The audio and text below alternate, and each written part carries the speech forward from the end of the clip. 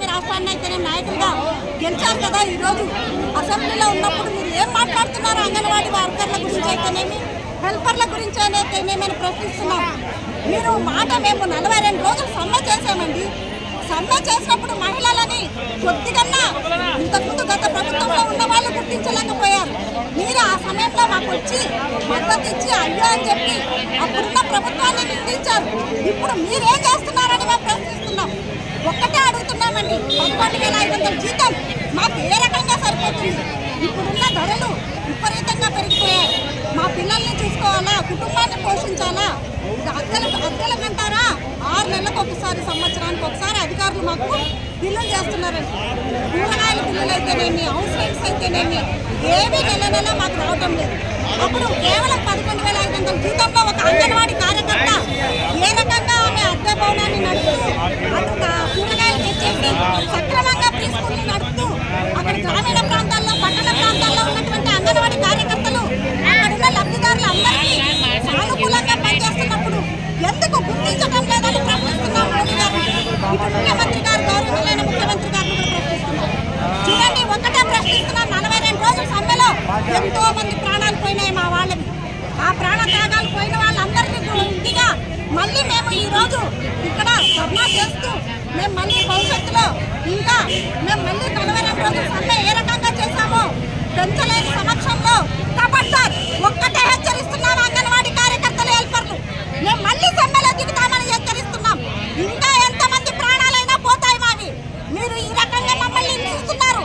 ఇది మీకు న్యాయమేనా అని అడుగుతున్నాం. నిజంగా చెప్పాలంటే ఒక ఐసిడిఎస్ ఆఫీస్లో అక్కడ అధికారులకు భయపడాలి. గ్రామీణ ప్రాంతాల్లో 3 కూటమిలు ఉన్నాయండి. 3 కూటమిలు కలిసి రకరకాలుగా ఇబ్బందులకు గురి చేస్తున్నారు ఆయల్ని, వర్కర్ని. అయినా మేము తట్టుకొని నిలబడి ఈరోజు ప్రీస్కూల్ జరుపుతూ లబ్ధిదారులకు సేవలన్నీ అందిస్తూ పనిచేస్తుంటే కూడా అక్కడున్న కూటమి ప్రశ్నిస్తుందండి మమ్మల్ని. ఈ కిట్ ఏమన్నా కిట్టా అండి? ఇవేమన్నా అటుకులా? ఇవేమన్నా బియ్యమా? ఇవేమన్నా బ్యాళ్ళా? ఇదేమన్నా నూనె? ఇట్లేనా మీరు ఇచ్చేదంటే అంగన్వాడీ కార్యకర్త ఏమన్నా తయారు చేస్తుందా? కాదు కదా, ఇస్తుంది ప్రభుత్వం అండి. ఇది లబ్ధిదారులు కూడా గుర్తించాలని ఈరోజు ఇక్కడ నేను మాట్లాడుతున్నాను. కాకపోతే అక్కడ నాణ్యత గురించి మాట్లాడుతున్నాం. ఇక్కడ మనకు మోడీ గారు ఏమంటారు? స్కీమ్ వర్కర్స్గా మమ్మల్ని గుర్తిస్తున్నారు. మళ్ళీ మేము ప్రశ్నిస్తున్నాం మోడీ గారిని. రైసు, దాలు ఏదైతే ఇస్తున్నారో నాణ్యతమైనది అంటున్నాం. మమ్మల్ని ఈరోజు లోపపోషణకు గురి కావడం వల్ల మీరు ఇవన్నీ అందిస్తున్నారు ఐసిడిఎస్కి. మళ్ళీ అలాంటప్పుడు ఎందుకు నాణ్యత లేనివి ఇస్తున్నారు సరుకులని ప్రశ్నిస్తున్నామండి. అవి మీరు కరెక్ట్గా ఇస్తే 25 గుడ్లు, ఒక గుడ్డు వచ్చి 50 గ్రాములు ఉండాలండి. కానీ అక్కడ 50 గ్రాములు గుడ్డు కొలత అయితే లేదు. కొన్ని చోట్ల మాట్లాడే వాళ్ళకి కరెక్ట్గా ఇస్తున్నారు. అసలు అక్కడ గ్రామీణ ప్రాంతాల్లో అయితే ఆ గుడ్డు 50 గ్రాములు ఉండనే ఉండదు. మళ్ళీ ఆమె 25 గుడ్లు తీసుకొని నెలంతా ఆ గర్భవతి రక్తాభివృద్ధి కావాలంటారు, లోపపోషణ నుంచి బయటకు రావాలంటారు, నార్మల్ డెలివరీస్ కావాలంటారు, ఇంట్లో డెలివరీ కాకూడదు, హాస్పిటల్లో డెలివరీ కావాలంటారు. అలాంటప్పుడు మేము ఇస్తున్నటువంటి పౌష్టికాహారంతోనే ఆ గర్భవతి రక్తాభివృద్ధిని పెంచుకుంటుందా అని ప్రశ్నిస్తున్నాం మేము ప్రభుత్వాన్ని. మీరు ఇస్తున్నటువంటిది నాణ్యతతో కూడినటువంటి ఇవ్వండి. మేము యాప్ల్లో పనిని తగ్గించండి, ఒక యాప్గా గుర్తించండి. అప్పుడు మేము పని చేయడానికి సిద్ధంగా ఉన్నాం. ఎక్కడ ప్రీస్కూల్ జరుగుతుందండి? మేము ఈ సభ ఈరోజు ఈ మీడియా అందరి ముందు నేను ప్రశ్నిస్తున్నాను. అసలు ఎక్కడ P1, P2 ప్రోగ్రాంలు జరగటం లేదు. దీనికి కారణం మీరే, అధికారులే. ఎక్కడైతే ఉన్నాయో సరైన టైంకి మాకు సరుకులు రావు.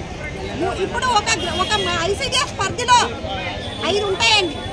5 సెక్టార్లు ఉన్నప్పుడు ఒక సెక్టార్కి గుడ్లు ఇస్తారు, ఒక సెక్టార్కి పాలు, ఒక సెక్టార్కి పాలు ఇస్తారు, ఒక సెక్టార్కి గుడ్లు. అంటే ఒక సైడు పాలు వచ్చింటాయి, ఒక సైడు గుడ్లు ఉండవు. అలాంటప్పుడు అక్కడి నుంచి వలస వచ్చిన గర్భవతి అక్కడ ప్రశ్నిస్తుందండి మమ్మల్ని, ఎందుకు అక్కడ పాలు ఇచ్చారు నువ్వు ఇవ్వట్లేదు అని. అంటే మేమా దొంగలం ఇక్కడ? మీరు పై అధికారులు అన్నీ సక్రమంగా పాలు, గుడ్లు, రైసు, దాలు, ఆయిల్ అన్నీ సక్రమంగా ఇస్తే ఒక కార్యకర్త ఎందుకు ఇవ్వదండి? మేమేమైనా ఇంటి నుంచి ఇస్తున్నామా? ప్రభుత్వం మమ్మల్ని ఎంచుకున్నారు, మేము సేవకులుగా ఉన్నాము, ఈరోజు పని చేయడానికి మేము ముందున్నాము. అలాంటిది మీరు కరెక్ట్గా ఇస్తే మేము ఎందుకు పంచము, ఎందుకు చేయము పని అని మేము ప్రశ్నిస్తున్నాము. కానీ అన్ని పనులు చేయించుకుంటున్నారు. ఇటు సర్వే అంటారు, ఇటు గర్భవతుల్ని సేవలు అంటారు, ఇటు పిల్లలకి ప్రీస్కూల్ P1 చేయాలంటారు. అన్ని సేవలు చేయించుకొని చివరిగా మాకు ఇచ్చేది మాత్రం జీతం 11,500. ఇది ఏంటికి సరిపోతుందని మేము ప్రశ్నిస్తున్నాం. మాకు చాలా బాధాకరంగా ఉంది. ఇంకొక విషయానికి వస్తే సెల్ ఇచ్చారండి 4G. పల్లెటూరులో ఎక్కడా పనిచేయదు, పట్టణ ప్రాంతాల్లో కూడా సరిగ్గా పనిచేయటం లేదు. వాళ్ళు ఇస్తున్నటువంటి యాప్ల్లో అటు కేంద్రానికి మేము సబ్మిట్ చేయాలి, ఇక్కడ రాష్ట్రానికి అదే పిల్లల్నే సబ్మిట్ చేయాలి. 2 యాప్ల్లో 3 యాప్ల్లో పనిచేస్తూ వాళ్ళకి అన్నీ సేవ్ చేసి సబ్మిట్ చేస్తేనే అక్కడ రిపోర్ట్ పోతుంది ICDS ఆఫీస్కి. పోలేని పక్షంలో మాకు మెమోలు ఇస్తారు. ఇది న్యాయమా వాళ్ళకు? అంటే మీరు యాప్లు ఇచ్చారు, సెల్ ఇచ్చారు, అది ఏమాత్రం పనిచేస్తుంది?